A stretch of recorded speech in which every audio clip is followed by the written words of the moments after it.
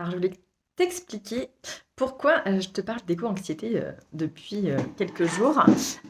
J'ai décidé dans ma communication chaque mois de te présenter l'un de mes accompagnements.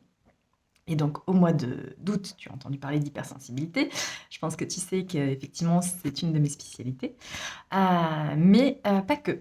Donc, j'accompagne aussi les personnes sur l'éco-anxiété et la solastalgie. Et donc, tu as plein de posts que tu retrouveras dans mon feed qui te permettent d'en savoir un petit peu plus. Donc tu verras effectivement ce mois-ci différents sujets abordés, mon point de vue, pourquoi je me suis intéressée et formée sur ce sujet-là, et bien tout simplement parce que moi j'ai été également, j'allais dire impactée, concernée par cette éco-anxiété en ayant travaillé il y a quelque temps dans une structure de, comment dire, de vulgarisation et de connaissances sur la biodiversité et notamment la perte de la biodiversité et tous les changements climatiques.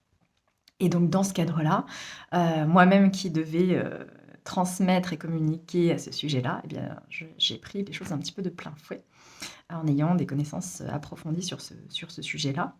Et j'ai décidé, en connaissance de cause, de me former ensuite à accompagner les gens qui ressentaient une anxiété très très forte par rapport à ce sujet et qui ne voient pas quel, ce qui peut être de leur ressort notamment, puisque tout semble dépendant des politiques, des changements qui s'opèrent à plus grande échelle et sont souvent des personnes qui font déjà beaucoup à leur propre échelle et à leur propre niveau et qui se sentent démunis, désemparés aussi par rapport à tout ça et souvent isolés. Donc les choses peuvent effectivement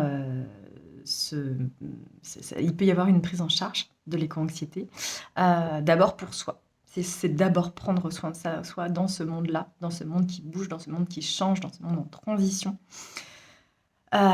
qui nous semble aller vers quelque chose d'incertain, de toute façon.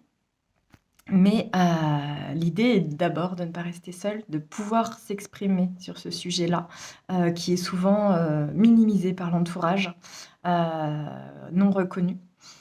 Donc l'accompagnement que je propose permet de déposer tout ça et ses émotions notamment, et puis de voir comment on peut aussi comment dire, trouver des axes de réflexion, des pistes, etc. pour d'abord un mieux-être pour soi et ensuite une reconnexion aux autres.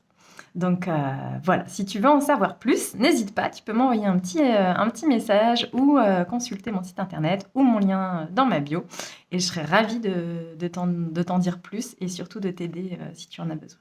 À bientôt.